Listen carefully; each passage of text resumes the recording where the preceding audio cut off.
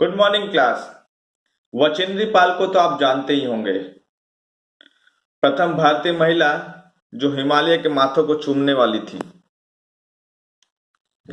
आज हम उन्हीं के द्वारा रचित उनके इस अभियान दल के कुछ खट्टे मीठे यादों को देखते हुए हमारे पाठ्य पुस्तक पाठ 4 का पठन करेंगे, जिसका शीर्षक है एवरेस्ट मेरी शिखर यात्रा।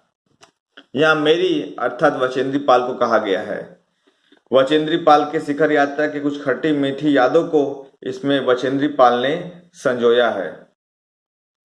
एवरेस्ट अभियान दल 7 मार्च को दिल्ली से काठमांडू के लिए हवाई जहाज से चल दिया। एक मजबूत अग्रिम दल बहुत पहले ही चला गया था, अर्थात उनके जाने से पहले कोई और एक दल जो हिमालय पर चढ़ने के लिए पहले ही चला गया था, जिससे कि वह हमारे बेस कैंप पहुंचने से पहले दुर्गम हिमपात के रास्ते को साफ कर सके और हमारा बेस कैंप अर्थात सबसे निचले स्तर में जो कैंप हम लगाने वाले थे उसके कठिन रास्तों को हिमपात अर्थात बर्फ के ओलों की बरसात को साफ कर सके। नमचे बाजार जगह का नाम है। एक सोरपालैंड का एक सर्वाधिक महत्वपूर्ण नगरीय क्षेत्र है। अधिकांश सोरपा इसी स्थान या यहीं के आसपास गांव के होते हैं।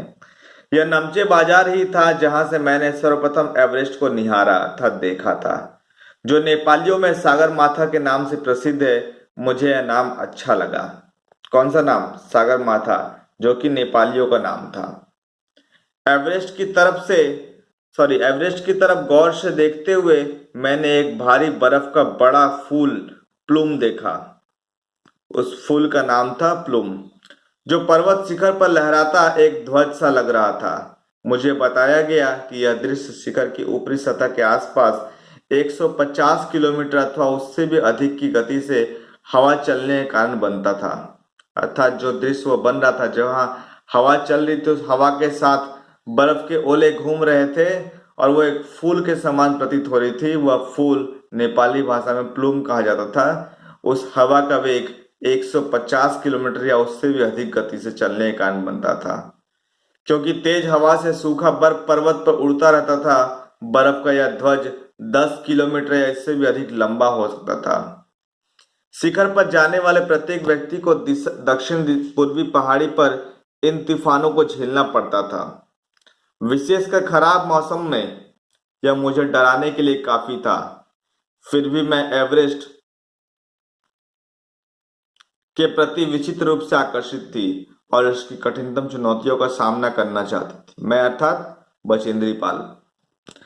हम 26 मार्च को पेरिस पहुंचे। हमें हिम संकलन के कारण हुई एक सोरपा कूली की मृत्यु का दुखद समाचार मिला।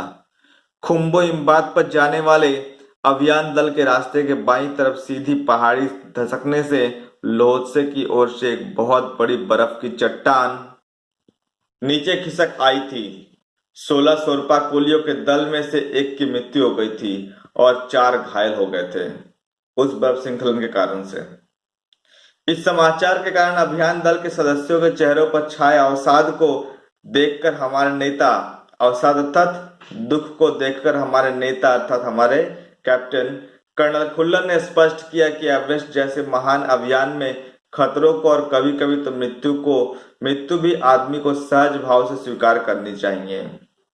इस चैप्टर में बहुत इंपॉर्टेंट लाइन है ये, आप इसे ध्यानपूर्वक देखेंगे कि इस अभियान दल में खतरों को और कभी कभी मृत्यु को भी आदमी को सहज भाव से स्वीकार करनी चाहिए। अर्थात जब हम कोई बड़ा काम करते हैं तो खतरों से नहीं डरते हैं। लेखिका यह कहना चाहती है, जब हम कोई बड़ा महान काम करने जाते हैं तो हमें हर अवस्था के लिए तैयार रहना चाहिए।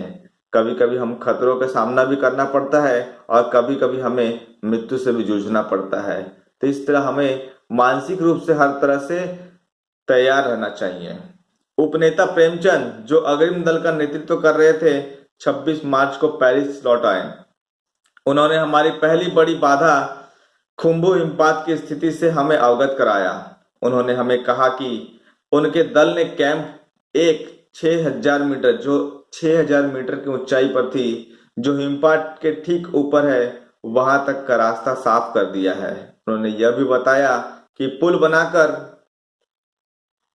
रस्सियां बांधकर तथा झंडियों से रास्ता चिन्हित कर सभी बड़ी कठिनाइयों का जायजा ले लिया गया है।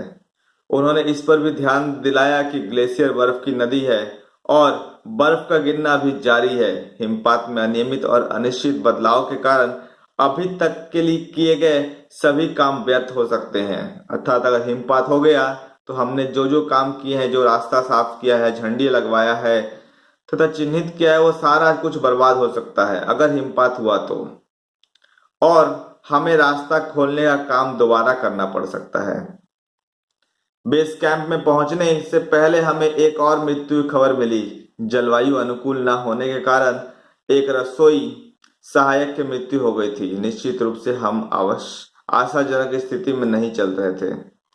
एवरेस्ट शिखर को मैंने पहले 2 बार देखा था, लेकिन एक दूरी से। बेस कैंप पहुंचने पर दूसरे दिन मैंने एवरेस्ट पर्वत और उसकी अन्य श्रेणियों को देखा। मैं भौचक्की होकर खड़ी रह गई, अर्थात अचानक से मैं हैरान होकर खड़ी हो गई और एवरेस्ट लोहत्से और नुत्से की ऊंचाइयों से घिरी बर्फीली टेढ़ी मेढ़ी नदी को निहारती रही।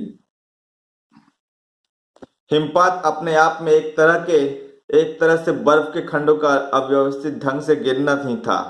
हमें बताया गया कि ग्लेशियर के बहने से अक्सर बर्फ में हलचल हो जाती थी, जिससे बड़ी बड़ी बर्फ की चट्टानें तत्काल गिर जाया करती थी और अन्य कारणों से भी अचानक प्राय खतरनाक स्थिति धारण कर लेती थी। बच्चे, आज हम यहीं तक करेंगे, इसके बाद का हम अगले दिन पठन करेंगे। धन्यवाद।